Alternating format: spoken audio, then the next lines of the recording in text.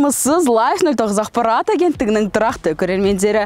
Дәл қазір біз Жаңқұтты шаруа қожалығының егесі Азамат ағамен сұхбаттасатын боламыз. Бұл кейіпкер жобасының жаңа шығарылымы. Қызық болады, көріңіздер.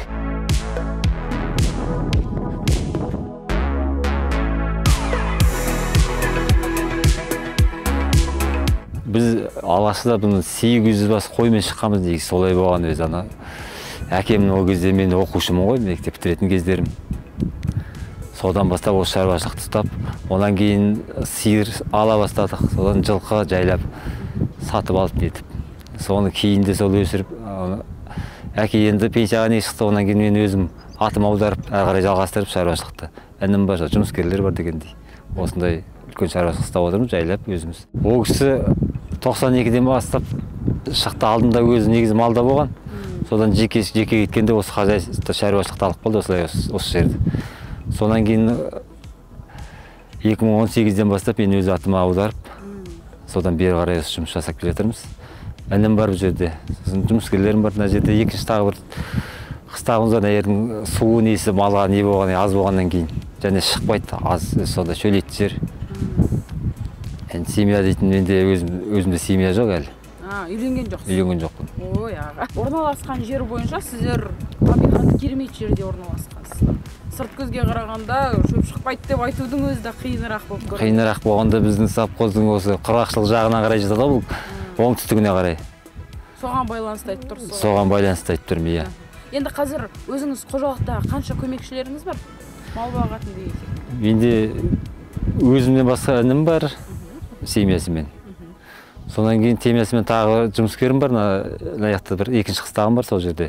Сиыр сояқта негізінде. Ірі қара сояқты ұстаймыз, жылқы бәрі осы маңайда екі ортада жүреді сол. Қорада жаңағы бордақыланған малдар бар деді? Иә, жылына өзіміз байлаймыздар, 20 шақты содан аса.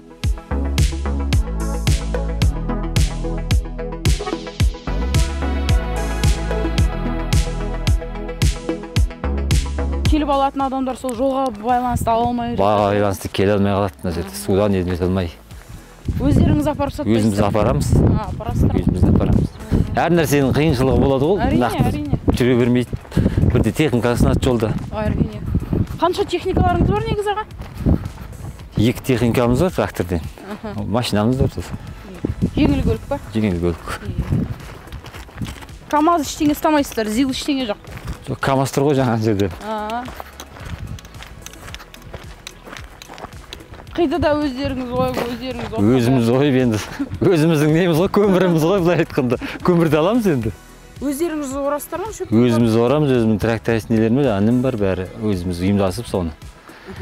Соған енді шөпке дайындалып нетеміз осы сезонға. Әлі бастала қойған жоқ қой. Жер бойынша өздеріңіздің жерлеріңізде? Өзіміздің жеріміз. Қандай да бір осы ауыл аймақтағы осындай қыстақтарды шөппен қамтамасыз етесіздер ме, әлде өздеріңізге ғана ма? Өзімізге ғой. Тек қана өздеріңізге? Өзімізге, иә, мал бар, мал болғаннан кейін оған шөп керек қой. Артығы тұра береді ғой келесі жылғысына. Мынау қалған шөп келесі жылғысына тұра береді деген осыған енді еселеп қосып алсақ деп отырмыз. Енді техниканың бәрін ремонттап, соляркамызды, майын, жанармайын барлығын жеткізіп аламыз да. Сонан шөпті уақыты болған кезде шығамыз бастап. Оның да қиыншылықтар болды, сайманы бұзылып, нет дегендей соның бәрін жүргізіп жатамыз. Неше адам болып орастыр аға? Бізде 2 адам орады. Сол келеді, көмектеседі, 3 адам, солай әртүрлі ғой енді. Жан-жақтан ағайындар келеді кейде.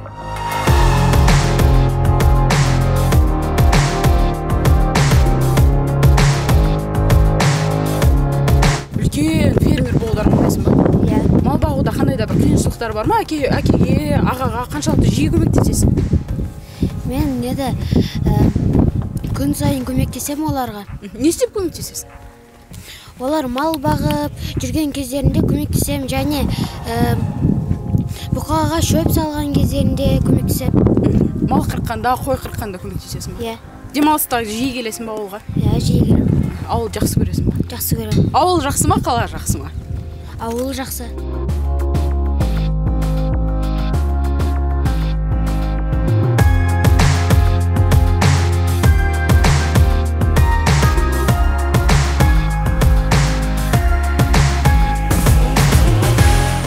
аспан жақсы, ел қатарлы шықтық, бірақ негізі ауырлық болды, жылқыға түсті. Жылқыдан шығын болды. Ептеп, далада сондай не болды ғой, өткен жылдан. Ел қатар барлығында сондай болды биылғы жыл. Сіздерде аңгуш жоқ? Жоқ, ондай ұстамаймыз. Бірыңғай ақбасқа ауыстырып жатырмыз. Араластырмайық деп. Дұрыс болған. Осымен ғана көрейік деп. Негізі аға, қанша жыл болды осылай бордақылап жатқандарыңызға? Бір 10 жылдан асты. Шамамыз жеткенше жайлап байлаймыз. Арасында жылқы да байлап қоямыз. Жеке. Негізі ең көп бордақылағандарыңыз қанша болды? Осы 20 ма, әлде одан да көп бордақылағаныңыз? Одан көп бордақылай алмаймыз. Негізі аға, бұл аймақта отырғандарыңызға қанша жыл болды? Бұл аймақта негізі қыстағы әкеңіздікі, иә? Менің әкемдікі, әкем негізі механизатор болды. Содан 85-те ма тракторист болды ғой деймін сол. 83-те ма сол жобадан бастап. Қойға шықты. Алдында тракторист болды, 83-тен бастап па осы қойға шықты. Онан кейін осы жеке шаруашылыққа тарады ғой, совхоз болып қазақтың нелері. Сонда осы жерді алып болды. Осы қыстақта мекендеп сол мал бағып қалды ма осы жоқ? Иә, осында. Оны әрі қарай өзіміз жалғастырып кеттік сол. Үйде өзіңіз және бауырыңыз, иә? Бауырым бар, иә. Бір туған сол екеуіңіз? Бір туғанбыз, иә. Бұл мал негізі бағылып бәрі нететін еді, ненің несіне қарай болды ғой. Бәрі тарап, неткеннен түгіл ауылдың жастары түгіл қалаға кетіп қалды емес пе? Енді соны қайтадан көтеруге болады. Ауыл жаққа жастар тартып, мемлекеттік көмектер көп қой, бағдарламалар көп беріліп жатқан. Өзіңіздің ойыңызша қалай? Қазір жастар негізі малмен айналысу? Малмен қазір жастар аса айналыса қоймайды, бейнеті деп білмеймін, енді оны мен байқап жүрмін. Негізі бауырларыңыздың балалары айналысса қалай қарайсыз? Қарсы емессіз ба? Қарсы емеспіз ғой, енді өзіміздің көріп өскеніміз осы ғой енді. Оларды. Қазір енді бірақ көбісі қалада оқу, басқа жұмыс істесек деп солай тартады ғой. Оны еңбек істесе бәрі болады ғой, болмайды емес. Ол үшін соған көніп, соған бет тұру керек. Ниеттен. Үлкен еңбекті талап етеді. Еңбекті талап етеді, иә. Мамандық десек те қателеспейміз. Бұл да мамандық қой. Әрине. Бұның да әр нәрсенің өзінің несі болады ғой. Профессионалы болады, иә. Өзінің сүйген жұмысы болады ғой енді.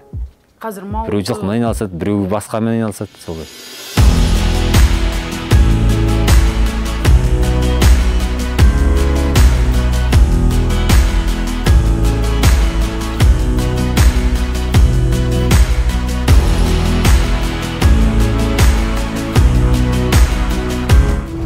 Қойды қысың тауға бағымыз осы маңайға, осында, осы жақта болады. Қазір соны аяқта жазықта кешкісін келеді осында. Сол көмекшілері бағады, аға қойды да? Көмекшілері бағады, иә. Негізі бұған дейін көп болып еді аға көмекші, әлде сол кісілер ме, бір адам? Жоқ, көмекшілер ауысып жатады ғой. Қойға негізі адам қиын. Қай жерден басып сұраса да. Қазір қиын, иә. Тарихта бар тастар ғой бұл. Тастарда не бейнеленген аға? Бір таста түйе бейнеленген, бір таста не бар, бүркіттің аңыстап тұрғаны. Сонайын тау текесі дей ма, тау ескісі дей ма, солардың суреттері бар. Негізі ағама мекеннің қандай да бір тарихы бар ма? Орналасқан жері, жаңа таңбалы тастар. Таңбалы тастар, бұл жақты өзі негізі Қоңыртау деп аталады. Жалпылама. Содан кейін әр қыстақтың өз аттары бар ғой. Мекеннің өз жеке-жеке. Қарашоқы, жіңішке, сары. Енді ол кезінде қойылған ғой солай. Жаңғұтты Қарашоқысы деген біздің үлкен әкелеріміздің атына қойылған. Бұл Қарашоқы негізі. Жаңғұтты Қарашоқысы дейді.